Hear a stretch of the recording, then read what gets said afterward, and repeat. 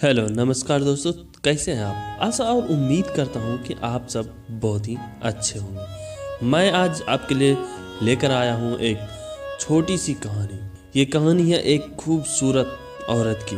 क्या किसी के लिए खूबसूरत होना भी गुनाह है?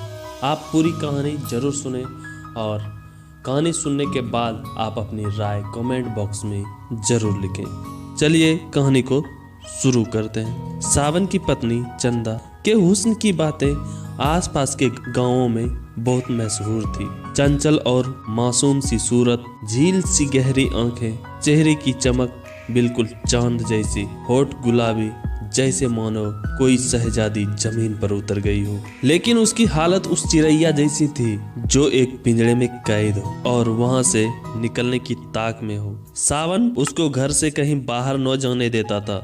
उसको हर पल घूंघट में ही रहना पड़ता था। वह संगमरमर की उस मूर्ति जैसी थी जिसका दीदार सिर्फ और सिर्फ सावन ही कर सकता था। गांव में जब कभी भी मेला लगता, गांव की सभी औरतें सज संवर कर मेला देखने जाती। चंदा का कोमल मन भी बाहर जाने को ललचा उठता, लेकिन उसकी सभी इच्छाएं मन में ही रह जाती। सावंत दिन भर खेतों में काम करता था। उसकी पत्नी घर में बंद होती।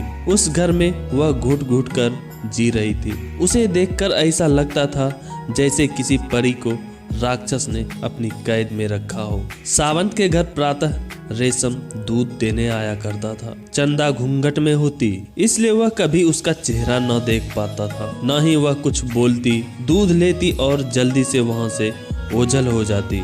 एक दिन सुबह जब रेशम दूध देने आया, वह घर में इधर उधर टहल रही थी। उसका घूंघट अच्छे से उसके चेहरे को छुपाए हुए न था। उसके बाल भी बिखरे हुए थे। रेशम ने जब उसकी सुंदरता देखी तो वह उसे देखता ही रह गया। चंदा इस बात से बेखबर थी। उस दिन भी उसने पहले की तरह दूध लिया और अंदर चली गई। उसका ऐसा सौंदर्य देखकर रेशम पागल सा हो गया। उसे हर पल चंदा की मासूम सी सूरत दिखाई देने लगती। वह मन ही मन में उससे प्रेम करने लगा। उसके हुस्न का ऐसा जादू हुआ कि वह रोज दूध देने के लिए पहले चंदा के घर ही जाने लगा। वह जहाँ भी कभी ठहरता, बस चंदा की खूबसूरती का ही गुणगान करता, उसके बारे में ही बातें करता। इस तरह गांव में चंदा की खूबसूरती की चर्चा होने लगी। उसी के साथ साथ रेशम और चंदा के प्रेम की बातें भी होने लगी। लेकिन चंदा इन बातों से बेखबर थी। उसने रेशम के बारे में ऐसा कभी भी कुछ महसूस भी नहीं किया था। यह बातें आग की तरफ फैलती फैलती सावन तक भी पहुंच गई। उस शाम सावन जब घर आया तो वह बहुत गुस्से में था। उसने चंदा को आवाज लगाई। चंदा अपने बालों में तेल लगा रही थी। बता, उस रेशम के साथ क्या चक्कर चल रहा है तुम्हारा? बड़ी प्रशंसा कर रहा है तेरे हुस्न की। मासूम सी सूरत वाली चंदा को कुछ भी समझ नहीं आ रहा था। इससे पहले कि चंदा जवाब देती, सावंत ने उसके बालों से पकड़ लिया और उसे घसीटते हुए कमरे में ले गया। चंदा को बहुत पीड़ा हो रही थी। वह जोर जोर से रो रही थी।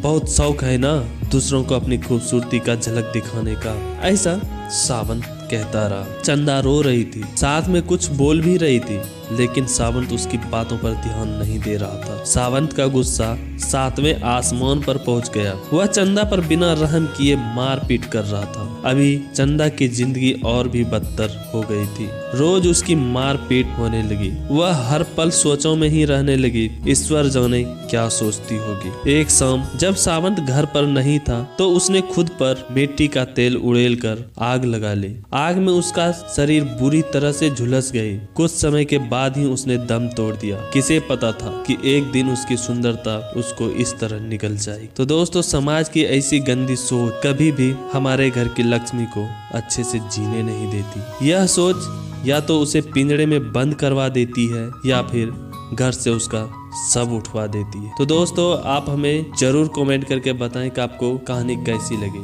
और ऐसी ही कहानी सुनने के लिए हमारे channel A to Z story को सब्सक्राइब करें और अपने दोस्तों को ये कहानी सुनाने के लिए शेयर जरूर करें और बेल आइकन प्रेस करना बिल्कुल ना भूलें, ताकि जब भी मैं कोई कहानी अपलोड करूं तो उसका नोटिफिकेशन सबसे पहले आए।